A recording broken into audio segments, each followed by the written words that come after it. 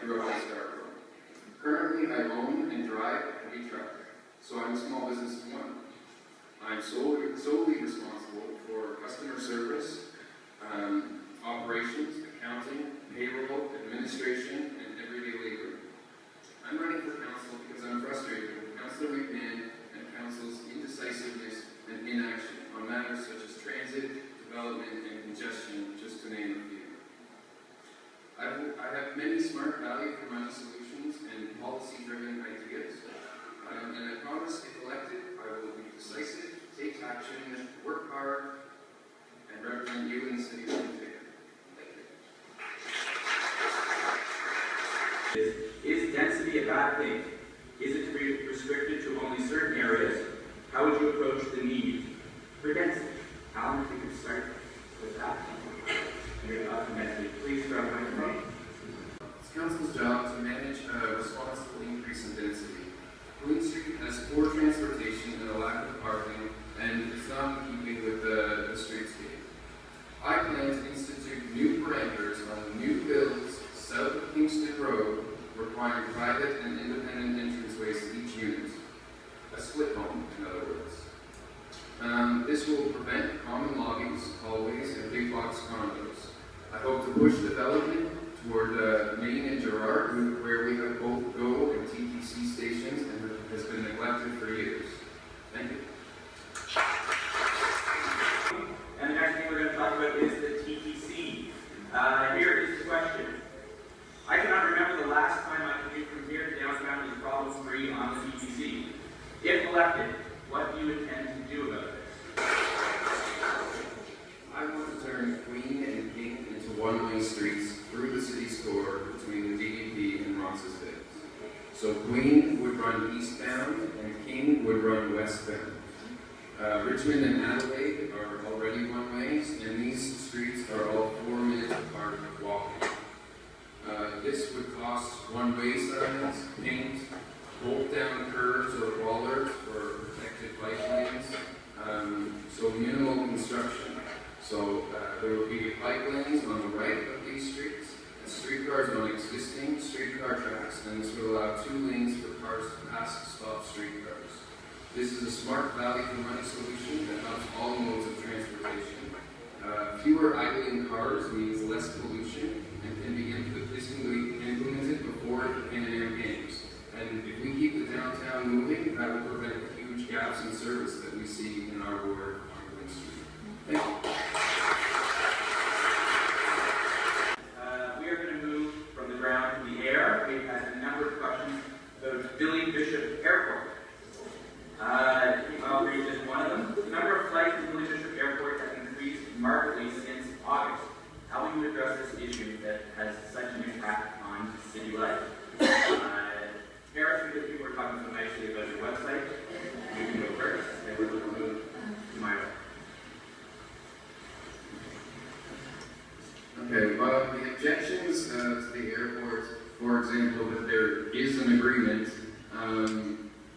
so what there's an agreement, agreements are reviewed all the time.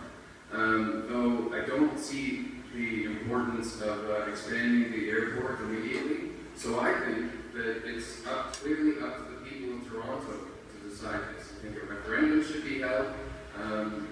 Council cannot be trusted because they're too often persuaded by a local minority, so hold a referendum to decide what to do with the island area. Thank you.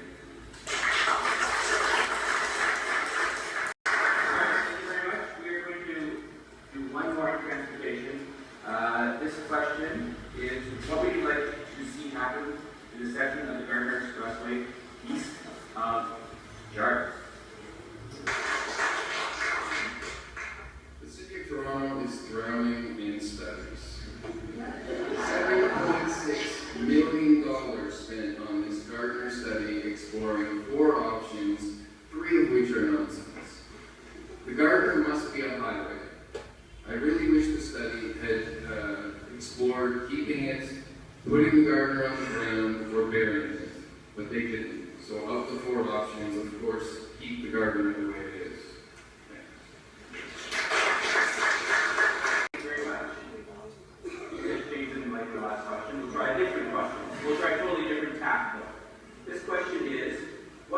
skills do you have that you would use to enrich Ward 32? Wide open. So, as I say, I'm a small business of one. I'm customer service, operations, accounting, payroll, admin, and everyday labor. I'm a one-man show. I'm in a different city every day, so I know what works. And the City of Toronto Council is not managing our infrastructure. I'm the only one on stage offering smart value for money solutions, and I have policy-based ideas. Thank you. Thank you. We're going to go from a wide open question to a more specific question. This one specifically about the beach. With the granting of blue flag status to the beaches, the last several years we've seen a huge increase in citizen use of public beach and surrounding park areas. This has made the beach a more vibrant and visited corner of Toronto.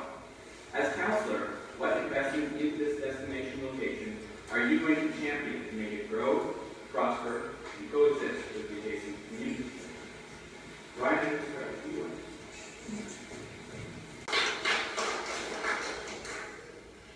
The old and unsightly maps on the beach should be replaced with maps containing the public information as well as a business listing, like a mall directory. Visitors to the beach may not realize how close they are to our local shops and food and entertainment. I also will complete the renovations required for Kew Gardeners to keep it open, something that man doesn't see as a priority. I want to open it as a consignment cafe where visitors can sit on furniture, enjoy beverages, and light fare, all provided by and credited to local businesses.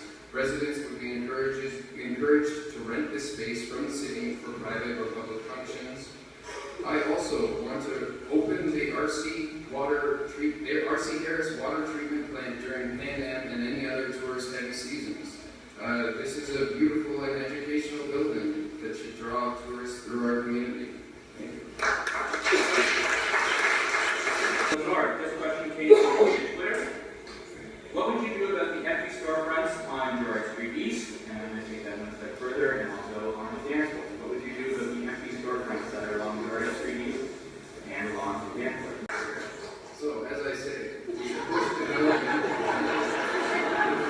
development up to Main and Danforth, where there's lots of space, and we have both GO and TTC stations.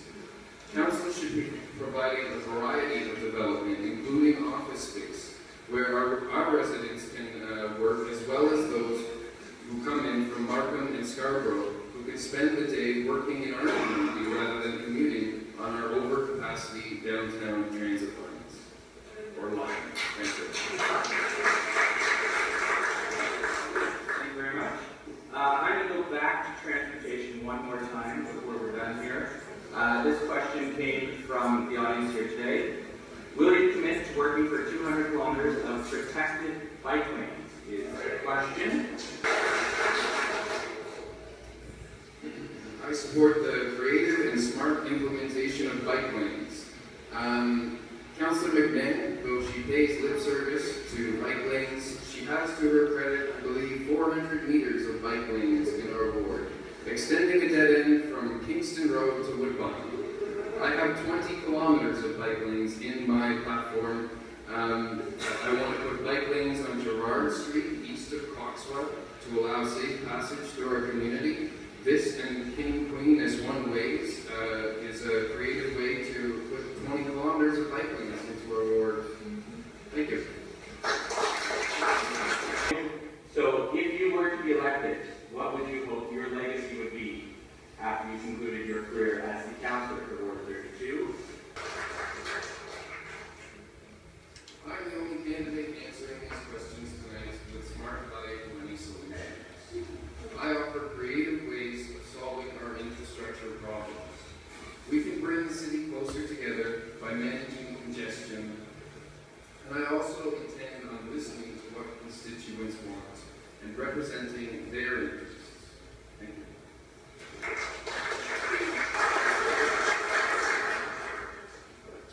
Councillor McMahon says she's fiscally responsible, but I've not seen her exercise any restraint. I think she has her priorities backwards. Regarding bike lanes, I wonder which bike lanes Ford was able to stop, or which bike lanes she intends on building. She calls herself an environmentalist. environmentalist, yet she does nothing to address congestion, something that could save liters of fuel tomorrow. She calls herself a team player and respectful, yet she turns her back literally in council. She talks about leveling the playing field against incumbents, and she names community events after herself. There is much work to be done in these next 4 years. Council's indecisiveness, bickering and backbiting have left us in an infrastructure crisis. I offer smart value for money solutions. Please visit ericboer.ca. Thank you.